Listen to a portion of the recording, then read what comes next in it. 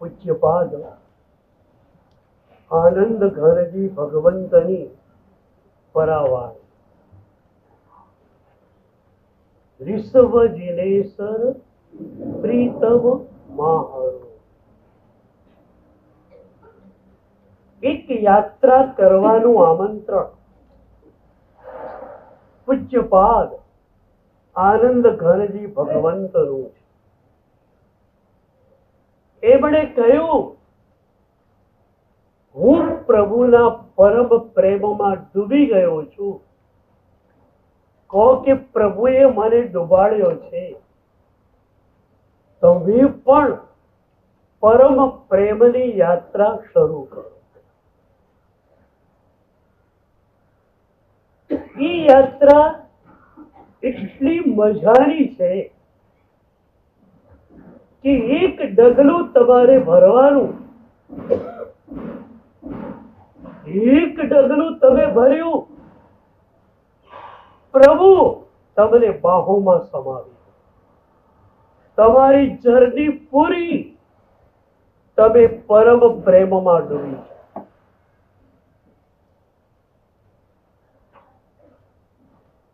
ક્યારેક તો એવું બને કે એક ડગલું આપણા તરફથી ભરાયું ન હોય અને એ વરસી પડે અને પરમ પ્રેમમાં ડૂબાડી દે। એક ઘટના મારા જીવનની કહું। 11 વર્ષની વય દીક્ષા લીધી ત્યાં સુધી આબુ તીર્થની યાત્રા થયેલી છે। દીક્ષા પછી પણ 20 વર્ષ નીકળી ગયા અને પ્રભુએ બોલાવ્યો। આબુની નજીકમાં એક જગ્યાએ મહોત્સવ હતો। ગુરુદેવે કહ્યું, તારે જવાનું છે અને તું આબુ તીર્થની યાત્રા પણ કરી આવજો। અમે 3 જણા ગયેલા। દિલવાડાના ઉપાશ્રયમાં સવારે 8 વાગે પહોંચી ગયા। ખ્યાલ હતો કે 12 વાગ્યા સુધી એક પણ વિઝિટરને અંદર પ્રવેશ મળતો નથી, એટલે 12 વાગ્યા સુધી આરામથી ભક્તિ કરી શકાય। સાંજે 6 પછી પણ આરામથી ભક્તિ કરી શકાય। 8 વાગે ઉપાશ્રય ગયા। શિષ્યો કાજો લેતા હતા। મેં એમને કહ્યું, તમે પાણી લઈ આવો, મારા માટે નૌકારશી લઈ આવો, હું 5 કલાકમાં પહેલા દેરાસરે દર્શન કરીને આવું। બેઉને એક આશા હતા। મેં કહ્યું, ફટાફટ નૌકારશી વાપરી મારે જે દવા લેવાની છે લઈ અને આપણે જઈએ તો 12 વાગ્યા સુધી પ્રભુના દરબારમાં। મને ચૈત્યવંદન કરીને આવવું છે। 3 પ્રદક્ષિણા અને ચૈત્યવંદન, 5 કલાકમાં પાછો આવી જાઉં।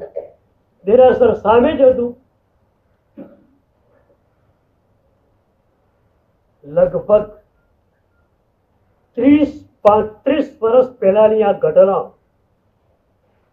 આજે પણ રીતસર બંધ આંખ કરું તો મારી આંખોની સામે એક ઘટના ફિલ્માય એવી છે। વિમલ વસહીમાં ગયો। પ્રદક્ષિણા પથમાં ફરવાનું હતું। પહેલી દેરીએ ગયો। શું અદ્ભુત પરમાત્મા! આંખો સ્તબ્ધ, પગ ખીચકી ગયા, પગ ચાલવાનું નામ ન લે। માંડ માંડ ચરાવું બીજી દેરીએ, ત્રીજી દેરીએ, બરોબર મને યાદ છે, એક પ્રદક્ષિણા પથ મને ફરતા પોણો કલાક લાગેલો. પછીની બે પ્રદક્ષિણા તો નજીકમાં ફરી લીધી, ચૈત્યવંદન કર્યું. 8 વાગે દેરાસરમાં દાખલ થયેલો હું 9 વાગે બહાર નીકળ્યો. ઉપાશ્રયમાં પેલા લોકો મારી રાહ જોવે, શું થયું સાહેબને. 9 વાગે હું ગયો, મને કે શું થયું તું, આટલી બધી વાત. હું જવાબ આપી શકું એમ હતું ને. આંખોમાંથી આંસુ ઝરતા હતા, ગળે ડૂમો ભરાયેલો હતો. મેં એટલું જ કહ્યું, અદ્ભુત ઘટના ઘટી ગઈ. Beyond the words, beyond the expectation. શબ્દોને પેરે પારની એ ઘટના, કલ્પનાને પેરે પારની એ ઘટના. માત્ર ચૈત્યવંદન કરવાની ઈચ્છાથી ગયેલો હું, પ્રભુ મને એના પરમ પ્રેમમાં ડૂબાડી દે.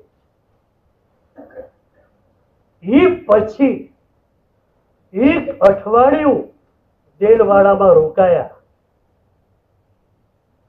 પૂરું અઠવાડિયું પ્રભુના પરમ પ્રેમમાં ડૂબવાનું થયું. એ અઠવાડિયા સુધી દેલવાડાની વિશ્વવિખ્યાત કોતરણીને મેં જોઈ નથી. જે કોતરણીને જોવા માટે વિશ્વભરમાંથી લોકો આવે છે, એ કોતરણી તરફ મારી નજર પડી જ નહોતી.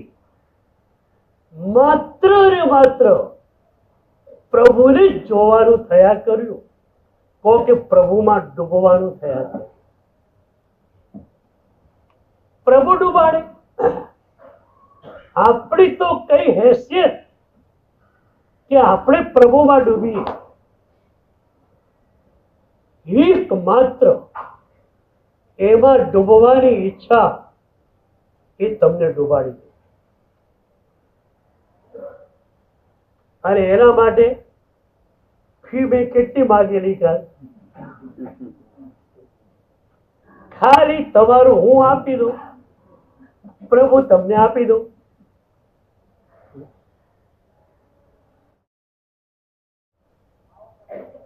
એક બહુ પ્યારી ઘટના પરંપરામાં આવે છે. એક ભક્ત, એને પ્રભુ મિલનની અત્યંત તડપણ, તીવ્ર પ્યાસ. આપણી પાસે દર્શન છે, પ્યાસ ક્યાં છે? પ્યાસ વિના દર્શન કેવું?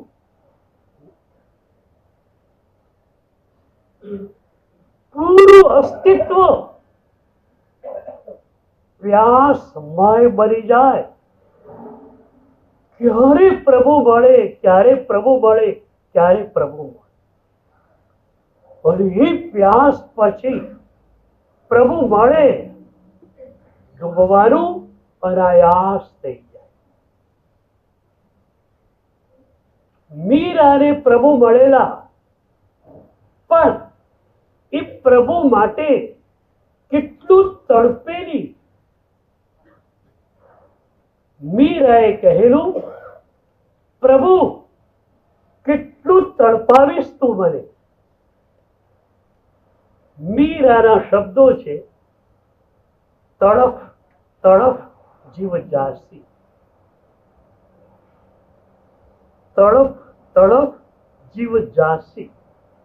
પ્રભુ, તડપી તડપીને મારા પ્રાણ ચાલ્યા જશે. તું મને ક્યારે મળીશ? આ હદની તડપણ, આ હદની પ્યાસ હોય, પ્રભુ આ રહ્યા. અમારે ત્યાં કવિ સમયમાં ચાતક પંખીની વાત આવે છે. ચાતક પંખીને ગળા પાસે કાણું હોય છે, એટલે ચાંચ વાટે પાણી પીએ પણ ગળાના કાણા વાટે પાણી નીકળી જાય. તો તરસ્યું થયેલું ચાતક શું કરે? માત્ર વરસાદની રાહ જોતું બેસી રહે. વરસાદ નવલક ધારે તૂટી પડે ત્યારે એ પોતાની ચાંચોને પસારી નાખે અને વર્ષાના બુંદ બુંદને પોતાના અસ્તિત્વમાં સમાવે. એમ કહે છે કે ચાતકની પ્યાસને કારણે વરસાદ વરસે. વરસાદ બીજા કોઈના માટે વરસતો નથી. ચાતકની પ્યાસ જ્યારે સઘન બની જાય છે ત્યારે વરસાદને વરસવું પડે છે. તમારી પ્યાસ સઘન બની જાય, પ્રભુને વરસવું જ પડે.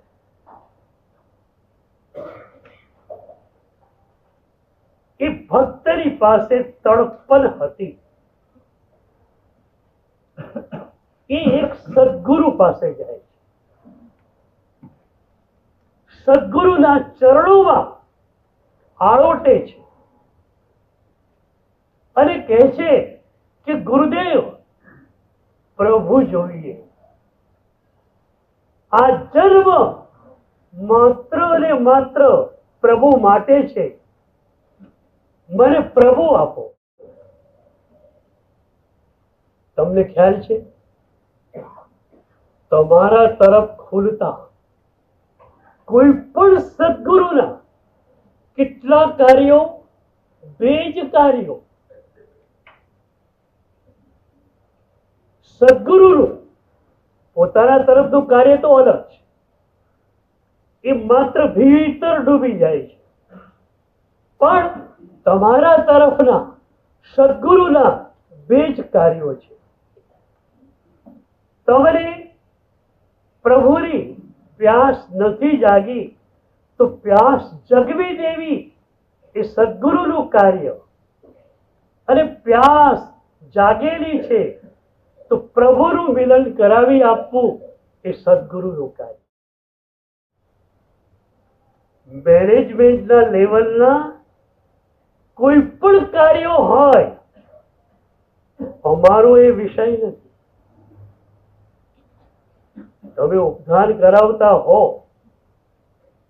અને મને પૂછવા આવો, સાહેબ ભાઈઓને ક્યાં રાખવા, બહેનોને ક્યાં રાખવી, ને નિધિ મંડપ ક્યાં રાખવાનો, હું કહી દઉં આ મારો વિષય નથી. મારું કાર્ય તો ત્યારે શરૂ થશે જ્યારે ઉપધાનના આરાધકો ચરણો અને મુપત્તિ લઈ અને પ્રભુ સમક્ષ પ્રદક્ષિણા દેશે, ત્યારથી મારું કામ શરૂ થશે. એ પહેલા મારે કશું જ કરવાનું નથી. એ લોકોને પ્રભુની પ્યાસ જગવી આપવી એ મારું કામ. પ્યાસ જાગી ગઈ હોય તો પ્રભુ આપવા એ મારું કામ. બાકીનું કોઈ કામ મારું નથી. મૌન સાધના શિબિરો શરૂ કરવાનો વિચાર માટુંગા ચોમાસા પછી કેટલાક ભક્તોને આવ્યો. એમણે મારી પાસે વાત કરી. મેં એમને સ્પષ્ટ કહ્યું કે હું મેનેજમેન્ટના લેવલનો માણસ નથી. એ બધું જ મેં છોડી દીધું છે. તમારી એટલી તૈયારી હોય કે એટલું ઝેડ તમે કરવાના હો, મારે માત્ર સુધર્મા પીઠ ઉપર બેસી અને પ્રવચનો આપવાના હોય તો હું તૈયાર, બાકી મેનેજમેન્ટનું એક પણ કામ કરવાનું હોય હું તૈયાર નથી. તમારી પૂર્ણ તૈયારી હોય તો તમે કરો. હું માત્ર પ્રવચન આપીશ, બાકીનું કોઈ જ કામ મારું નથી. સદગુરુના તમારી તરફ ખુલતા બે જ કાર્યો. પ્યાસ જાગી ગઈ છે, જાગી ગઈ તો પ્રભુ મિલન કરાવી દઈએ. ખાલી વચ્ચે હું નડતો હોય તો હું લઈ લઈએ. પેલો ભક્ત ગુરુના ચરણોમાં ગયો. એક જ વાત, ગુરુદેવ પ્રભુ વિના ચાલે એમ નથી. આ વેદનાને આનંદ ઘનજી ભગવંતે કેવી ઘૂંટી છે. એક પદમાં આનંદ ઘનજી ભગવંત કહે છે, આનંદ ઘન બિન પ્રાણ ન રહે છીન કોટી જતન કરી. પ્રભુ કરોડો પ્રયત્ન કરું તો પણ તારા વિના એક ક્ષણ હું રહી શકું એમ નહીં. પ્રભુ જ જોઈએ. એક વાત તમને કહું, પ્રભુ જ જોઈએ. આ વાત જયારે તમારી પાસે આવશે ને ત્યારે પ્રભુ તમારાથી દૂર નહીં હોય. આ જન્મ માત્ર ને માત્ર પ્રભુ મિલન માટે જ છે. કેટલા ગુરુદેવ પાસે તમે ગયા, કેટલા ગુરુદેવ પાસે જઈને ચોધાર આંસુએ રડ્યા કે ગુરુદેવ જીવન તો વહેવા માંડ્યું છે, કેટલું મારું જીવન છે મને ખબર નથી. શું આ જીવનમાં પરમાત્માના મિલન વગર હું ચાલ્યો જઈશ? શું સમ્યક દર્શન વિના હું અહીંથી ચાલ્યો જઈશ? ગુરુદેવ કૃપા કરો. કેટલા સદગુરુઓ પાસે જઈને તમારી વેદનાને તમે પ્રગટ કરી. તીવ્ર વેદના, તીવ્ર વિરહની વેદના, મિલન આ રહ્યું. વિરહની તીવ્ર અવસ્થા અને મિલનનું પ્રારંભ બિંદુ બાજુ બાજુમાં છે. જે ક્ષણે વિરહની તીવ્ર અવસ્થા આવી જશે એની બીજી ક્ષણે પ્રભુનું મિલન થઈ જશે. પ્રભુ વિના ન ફાવે, ન ગમે, બેચેન રહો એવું બને. તમારા ઘરે કોક આવે, તમે આમ સુનમુન બેઠેલા હો, કોઈ પૂછે શું થયું, ક્યારે આવો જવાબ મળે તમારી પાસેથી? શું પૂછે છે ભાઈ તું? આ જન્મ પ્રભુની પ્રાપ્તિ માટેનો છે, પ્રભુ હજુ સુધી મળ્યા નથી. બેચેન ન હોવ તો શું? તમારી બેચેનીનું કારણ શું? શું કારણ? સંસારમાં ક્યાંક તકલીફ છે? પેલો ભક્ત એની વિરહ વ્યથા તીવ્રતા પર પહોંચી છે. પ્રભુ જોઈએ. એણે ગુરુદેવને કહ્યું, ગુરુદેવ પ્રભુનું મિલન કરાવી આપો. ગુરુ કેવી ટેકનિકથી કામ કરે છે. ગુરુને એટલું જ જોવું છે કે આનું હું કેટલું ક્ષીણ થયું છે. જો હું નષ્ટ થયું છે તો પ્રભુ મિલનમાં વાર લાગવાની નથી. ગુરુએ પહેલો સવાલ એને પૂછ્યો કે તું મારા આશ્રમમાં ઉપાશ્રયમાં આવ્યો, પૂરા નગરને વિંદીને આવ્યો, નગરમાં તે શું જોયું? પણ મુંબઈમાં તમે શું જુઓ? મુંબઈને ખરેખર સાધકો કઈ રીતે જુએ એનો જવાબ આ સાધકના જવાબમાંથી મળે છે. ગુરુ પૂછે છે, પૂરા નગરને વીંધીને તું આવ્યો, શું જોયું તે નગરમાં? એક જ વાક્યમાં એ કહે છે, ગુરુદેવ, માટીના પૂતળા માટી માટે દોડતા હતા એ મેં જોયું. બરોબર? એ વખતે મુંબઈ નું હતું, પણ આપણે મુંબઈની વાત કરીએ. તમે શું કરો છો? પહેલા કહેલું, સંસારમાં છું, આવશ્યક સંપત્તિ જોઈએ, પણ આવશ્યક એટલે કેટલી એ નક્કી કર્યું? તમારી આવશ્યકતાનો બેઝ જ અલગ છે. તમારી આવશ્યકતા એટલે શું? સોસાયટીમાં પહેલા નંબરે હું થઈ જાઉં, આ તમારી આવશ્યકતા. મારું અને મારા પરિવારનું આરામથી જીવન ચાલે એ તમારી આવશ્યકતા હોત ને, તો તમે 50 વર્ષે ફ્રી થઈ ગયા હોત. પણ તમારી આવશ્યકતા બદલાઈ ગઈ. કેમ? સોસાયટીમાં નંબર 1 આવવું છે. શાસ્ત્રોએ ત્યાં સુધી કહ્યું કે શ્રાવકની વિચાર સરણી એવી ક્યારેય ન જોઈએ કે પૈસા કમાવું, ખૂબ કમાવું પહેલા અને પછી ધર્મમાં ખર્ચો. સ્પષ્ટ કહ્યું કે તમારે એવા પૈસાની અમારી જરૂરિયાત નથી, એવા તમારા ઉપદાનની અમારે જરૂરિયાત નથી, એવા સંઘની અમારે જરૂરિયાત નથી. તમારું જીવન પવિત્ર હોય એ અમારા માટે જરૂરી વસ્તુ. પાપથી પૈસા કમાયા, અમે ઉપદાનની અને સંઘની હા કેમ પાડીએ છીએ એ પણ સમજાવો. તમને ચડવું પડેલું હોય, કોઈ માણસે ચડવું પડે, પછી ખડવું જ પડે. એ પૈસા કમાવાની ચડવું પડે. ખૂબ કમાઈ નાખ્યું, ખૂબ ભેગા કરી નાખ્યા, પછી ગભરામણ થઈ, આટલા બધા ભેગા થઈ ગયા, ફરી અમારી પાસે આવે તો અમે રસ્તો બતાવીએ. બાકી કોઈ કે સાહેબ જીવન આરામથી ગુજારવું એવી પરિસ્થિતિ છે અને ઉપદાન કરવું છે, હું એને ના પાડું કે તારે ઉપદાનની જરૂરિયાત નથી, તું ઉપદાન કરજે ખરો, તારે કરાવવાની કોઈ જરૂરિયાત નથી.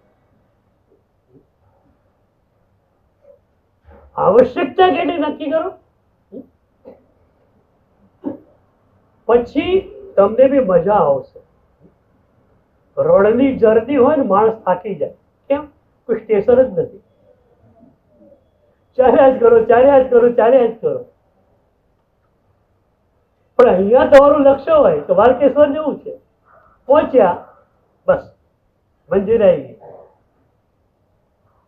તો પૈસાની અંદર તમારી મંજિલ કેટલી કે મંજિલ રાખી જ નથી. અરે મીડિયા વાળા છે ને, બધાના આંકડા ગણાયા કરે, મુકેશ અંબાણીના આટલા, પેલાના આટલા. એટલે આજનો માણસ વિચાર કરે, ઓહો આટલા લાખ કરોડ, આપણે સારું 5-10 કરોડ છે, આ લાખ કરોડ.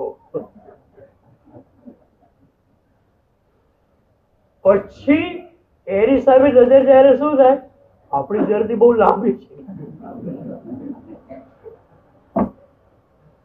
ભાઈ. એ જર્ની કરવા તું આવ્યો છે કે પ્રભુને મેળવવાની યાત્રા કરવા તું અહીં આવ્યો છે? તો શા માટે આવ્યો છે?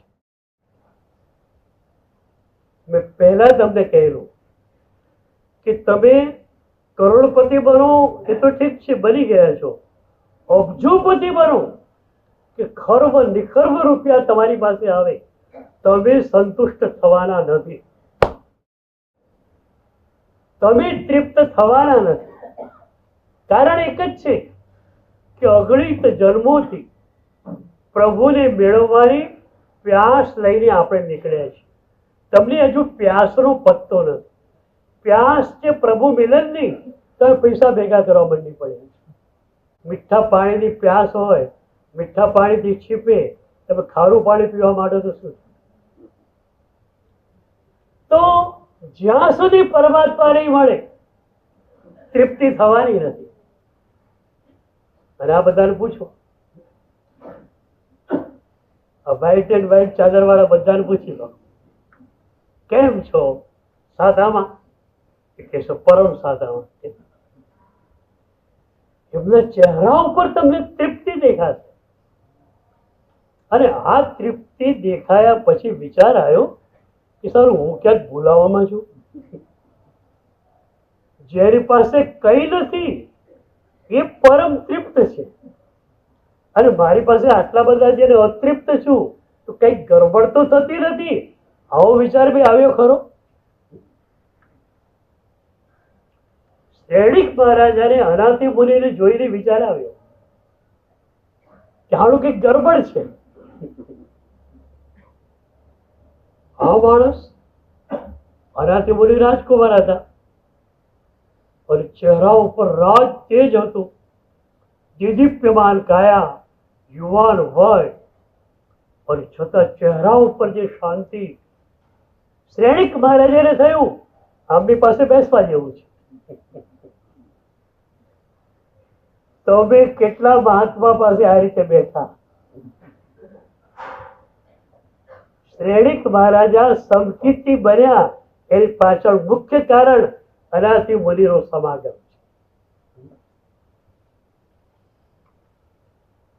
તો વિચારવા પડી ગયા શ્રેણિક મહારાજા, આટલી બધી તૃપ્તિ?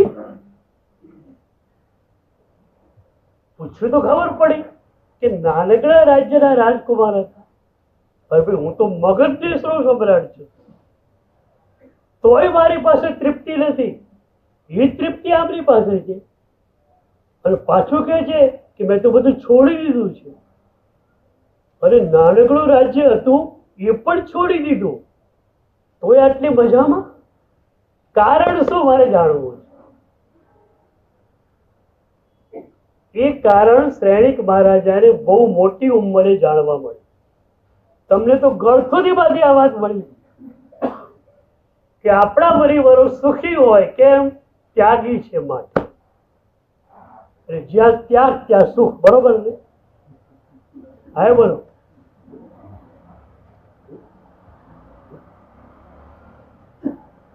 જ્યાં ત્યાગ ત્યાં સુખ.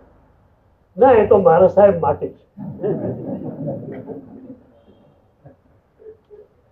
મારા માટે તો જેમ પૈસા વધારે એમ સુખ વધુ.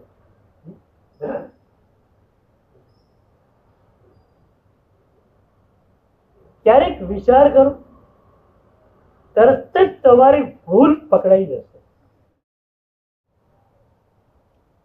આખા નગરને વીંધીને આવેલો પેલો ભક્ત એક જ વાક્યની અંદર પૂરા નગરની ગતિવિધિની વાત કરે છે કે માટીના પૂતળા માટી માટે દોડતા હતા. એ મેં જોયું. સાધકનો દ્રષ્ટિકોણ. ગુરુને લાગ્યું કે ઠીક છે, પોરના રસમાંથી એ મુક્ત થયેલો છે. કારણ તમે પરસંગમાંથી મુક્ત હો, પરના રસમાંથી મુક્ત હો, તો જ તમે પરમનો સંગ કરી શકો. એટલે ગુરુને લાગ્યું કે પરના રસમાંથી મુક્ત થયો. પણ ગુરુને ખ્યાલ હતો કે એક જગ્યાએ માણસ ચૂકી જતો હોય. ક્યાં ચૂકી જાય? પોતાની બાબતમાં. તમે પણ હોશિયાર માણસો છો. કોઈ અહંકારી હોય તમારા સમાજમાં અને એને મળવાની વાત આવે, તમે શું કહી દો? શું જાય એની પાસે? અહંકારનું પૂતળું છે, હાલો વાત બી સાંભળવા તૈયાર હોતો નથી. આમ હાવ નવરો બેઠેલો હોય તો આપણે જઈએ એટલે કામનો ઢોંગ કરીને બેસી જાય. અહંકારનું પૂતળું છે, એની જોડે કોણ જાય? એટલે બીજામાં રહેલો અહંકાર તમારા ખ્યાલમાં આવી જાય. બીજામાં ગુસ્સો જે તમને ખ્યાલ આવી જાય, માત્ર તમારામાં હોય ત્યારે જ ખ્યાલ ન આવે. બરાબર? તમારી પ્રબુદ્ધતા થોડી ઓછી પડી. તમારી પ્રબુદ્ધતા દ્વારા તમે બીજામાં અહંકાર છે જોઈ લીધું, બીજામાં દ્વેષ છે જોઈ લીધું, પણ તમારામાં છે જોઈ શક્યા નહીં. એક ફિલોસોફરે બહુ સરસ વાત કરી. એણે લખ્યું કે આજના માણસ પાસે પારસમણી હોય એમ લાગે છે. પારસમણી હોય તો શું થાય? લોઢું સોનામાં ફેરવાઈ જાય. એટલે લોઢા જેવા જે દોષો બીજામાં હોય ત્યારે લોઢા જેવા જ હોય, એની પાસે આવે ત્યારે સોના જેવા થઈ જાય છે ને. હું કે છે આવો પારસમણી તમારી પાસે કે બીજાનો અહંકાર એની દુર્ગતિમાં લઈ જાય, મારો અહંકાર તો મારે દુર્ગતિમાં લઈ જ ન જાય. છે કોઈ વ્યવસ્થા આવી? છે કોઈ? અહંકાર કોઈની પણ પાસે હોય એ દુર્ગતિમાં લઈ જ જાય. અધ્યાત્મ કલ્પદ્રુમના યતિ શિક્ષા અધિકારમાં અમારા માટે ફટકા પડેલા છે. એક ફટકો એવો લગાયો મનુસુંદર સ્વરી મહારાજે કે એક સાધુ હોય, વક્તા હોય, એની સભામાં હજારો લોકો આવતા હોય અને અહંકારથી અંદર કૂદતો હોય. અમે પ્રવચન આપવા માટે સજ્જ ક્યારે ગણાઈએ, લાયક ક્યારે ગણાઈએ? સુધર્મા પીઠ પરથી ઉતરીએ ત્યારે અમારી આંખમાં આંસુ આવે અને અમારી આંખના આંસુ પ્રભુને કે પ્રભુ તારી કેવી કૃપા, તારી પાસે અગણિત સાઉન્ડ સિસ્ટમ હતી અને છતાં તું મારા જેવા નાચીજ માણસની સાઉન્ડ સિસ્ટમથી પ્રગટ છે. પ્રભુ બોલ્યા, મારે ક્યાં બોલવાનું? પણ જે વક્તા અમારા માટે પણ કહે હજારોની સભામાં બોલે છે અને પોતાના અહંકારને ઉદ્દીપ્ત કરે છે, જેના મનની અંદર, જેના હૃદયમાં સંપૂર્ણતયા પ્રભુની આજ્ઞા ફેલાયેલી નથી, વિસ્તરાયેલી નથી, માત્ર લોક સંગ્રામમાં જે ડૂબેલો છે, એ સાધુ કાળધર્મ પામે. એની પાલખીમાં હજારો લોકો હોય, એ પાલખી યાત્રા ચાલતી હોય અને એ આત્મા, સાધુનો આત્મા નરકમાં પહોંચી અને નરકની વેદનાને ભોગવવાનું કામ ચાલુ કરી રહ્યો. અહંકાર અમને બી છોડતો નથી, તમને ક્યાંથી છોડશે? એટલે ભગવાને આચાર્ય સૂત્રમાં એક લાલ લીટી દોરીને કહ્યું, લોગ શેષણમ હોય. ભગવાનને ખ્યાલ હતો સંસાર છોડ્યો છે આણે, એટલે પદાર્થો પર, વ્યક્તિઓ પર રાગ ઓછો છે. એનો રાગ ઓછો હોય તો દ્વેષ પણ ઓછો હોય, પણ એના હુંનું શું? પ્રભુએ પણ અમારા હુંની ચિંતા કરી. એટલે પ્રભુએ કહ્યું, લોગ શેષણમ હોય. બેટા, તારે લોક સંજ્ઞામાં જવાનું નથી, તારે લોકોને રીઝવવાના નથી. અમારું મિશન એકદમ સ્પષ્ટ છે, રીઝવવો એક સાથ, એક પ્રભુને રીઝવવા. કેટલાક માણસો આવ્યા, સાહેબ અમને ગમે એવી વાત કરો ને. ભાઈ, તમને ગમે એવું બોલવા માટે અમે બેઠા નથી, પ્રભુને ગમે એવું જ બોલવા માટે અમે બેઠા છીએ. તમને ગમે તો સ્વીકારો, ન ગમે તો ન સ્વીકારો, એની જોડે અમારે કોઈ સંબંધ નથી. અમે અહીંયા એ જ બોલવાના જે અમારા પ્રભુની આજ્ઞાને સંમત છે. તો અમારા હુંને તોડવા માટે પણ પ્રભુએ આટલી મહેનત કરી. પેલા ગુરુ જોવા માંગે છે કે બીજાઓ માટેનું આનો દૃષ્ટિકોણ બિલકુલ ક્લિયર છે. એક વિઝનમાં ક્લેરિફિકેશન આવી ગયું છે, પણ એના પોતાના માટેનું વિઝન કેવું છે? સાધનાના દરેક તબક્કામાં એક સૌથી મોટો અવરોધ છે, અને એ છે ઓવર એસ્ટિમેશનનો. Over estimation. તમે તમારી સાધના જે પડાવે હોય એના કરતા બહુ આગળના પડાવે માની બેસો. જો ખરેખર તમારી સાધના કરવી હોય તો તમારે તળિયેથી શરૂઆત કરવી પડશે. તમને શ્રાવક કહીએ અમે, પણ વ્યવહારની ભાષા છે. પાંચમું ગુંઠાણું સહેલું નથી. સમ્યક દર્શન ચોથા ગુંઠાણે એ પણ બહુ જ ટફ છે. તો શ્રાવક પણ તો એના પછીની વાત છે. ખરેખર સાધના કરવી છે, પહેલી દૃષ્ટિથી વાત કેવું પાડો. તમારે ત્યાં 12 મહિના ગુરુદેવો પધારતા હોય છે. ગુરુદેવોને કહો, સાહેબ યોગ દૃષ્ટિ સમુચ્ચય જેવા ગ્રંથોની વાત અમને કરો. અમારે પહેલી દૃષ્ટિમાં આવી જવું છે. પહેલી દૃષ્ટિમાં મૈત્રી ભાવ આવે અને પહેલી દૃષ્ટિમાં ગુણાનો રાગ આવે. ચરણોને મુપતથી પકડાઈ ગયા. ગુરુની કરુણા છે. અમને પણ ઓઘો મળ્યો, સદગુરુની કરુણા છે. અમારી સજ્જતાને એ વખતે ગુરુએ તપાસી હોત તો કદાચ ઓઘો અમને ન મળે. તમને બધાને રજોહરણ મળ્યું એ તમારી સજ્જતા નથી, યાદ રાખજો. સદગુરુની કરુણાને કારણે મળ્યું છે. પણ એ સદગુરુની જે કરુણા છે એ કરુણાને બરોબર વફાદાર રહે.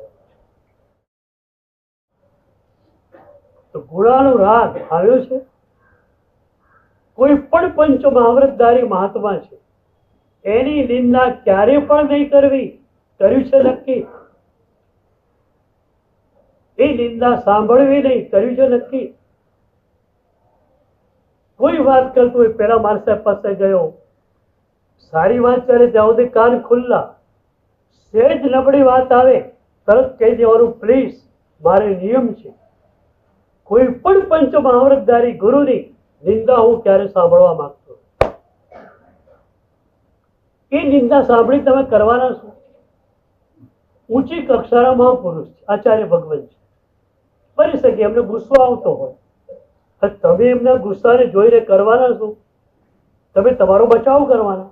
આટલા મોટા જ્ઞાની ગુરુ, એમને ગુસ્સો આવે, શિષ્યો ઉપર ગુસ્સે થઈ જાય છે, તો આપણને ગુસ્સો આવે એમાં નવાઈશું તો કરીશું. તમે આ બીજાના દોષો જોઈને તમે કરીશું. તો સાધનામાં સૌથી મોટું ભયસ્થાન ઓવર એસ્ટિમેશનનું છે કે તમારી સાધનાને તમે બહુ જ ઊંચે કરીને જોઈ છે. પણ એટલે જ સદગુરુ પાસે આવો અને પૂછો, સાહેબ વાસ્તવિક સ્તર ઉપર હું ક્યાં છું? હું જ્યારે યોગ દૃષ્ટિ ગ્રંથ વંચાવું છું ત્યારે આ બધા સાધુ સાધ્વીઓ એમની આંખમાં આંસુ આવે છે કે સાહેબજી અમે પહેલી દૃષ્ટિમાં નથી, છઠ્ઠી દૃષ્ટિમાં વ્યવહારથી કહેવાઈએ, પણ ખરેખર પહેલી દૃષ્ટિમાં અમે નથી.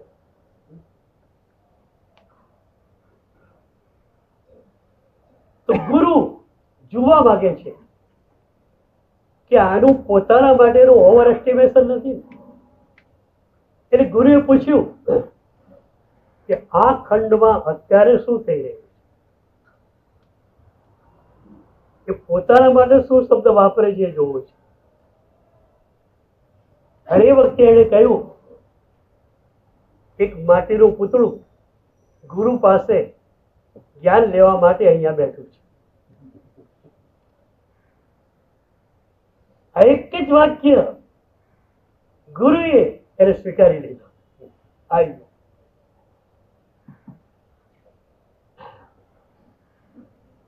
એણે એમ કહ્યું હોત, એક ભક્ત ગુરુ પાસે બેઠેલો છે, ગુરુ એને રિજેક્ટ કરી દે, તું ભક્ત ક્યાંથી?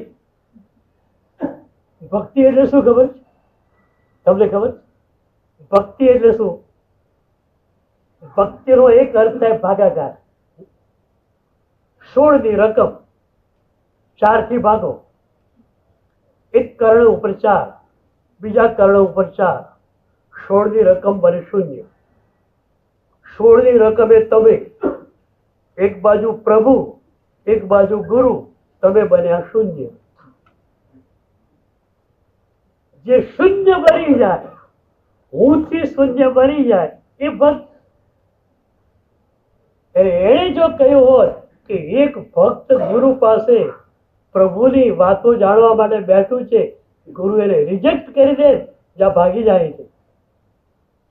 પણ એણે કહ્યું, સાહેબ, એક માટીનું પૂતળું ગુરુની પાસે જ્ઞાનની અપેક્ષાએ બેઠું છે, ગુરુ એને એક્સેપ્ટ કરી દીધો, સ્વીકારી દીધો. કારણ એનું હું શિથિલ બન્યો. એટલે તમારા માટેનું જે ઓવર એસ્ટિમેશન તમારા મનમાં છે, એ તો પહેલે તબક્કે કાઢી નાખો. આખા હુંને ન છોડો તો વાંધો નહીં, પણ પેલા હું માટેનું ઓવર એસ્ટિમેશન છે એને તો કાઢી નાખો. તમે હુંની ઇમારત કયા પાયા ઉપર ચડી શકો? પાયો તમારો હું વજનદાર છે, હું આમ કરું, હું આમ. પણ હુંની ઇમારત એનો પાયો શું? એ તો મને કહો.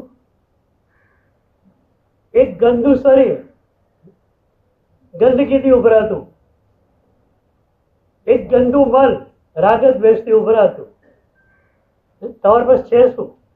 પાયો શું છે? આ પાયા ઉપર ઇમારત ખડી કરી નાખી. હું પાયા તો જો ભાઈ, પાયામાં છે જ નહીં કઈ, ખાલી કપડાના ડૂચા ભર્યા છે, એના ઉપર તારે ઇમારત ઉભી રાખવી. એક હું આપી દો. તારે કહ્યું તું આ તૈયાર થઈને આવ્યો હું આપવા.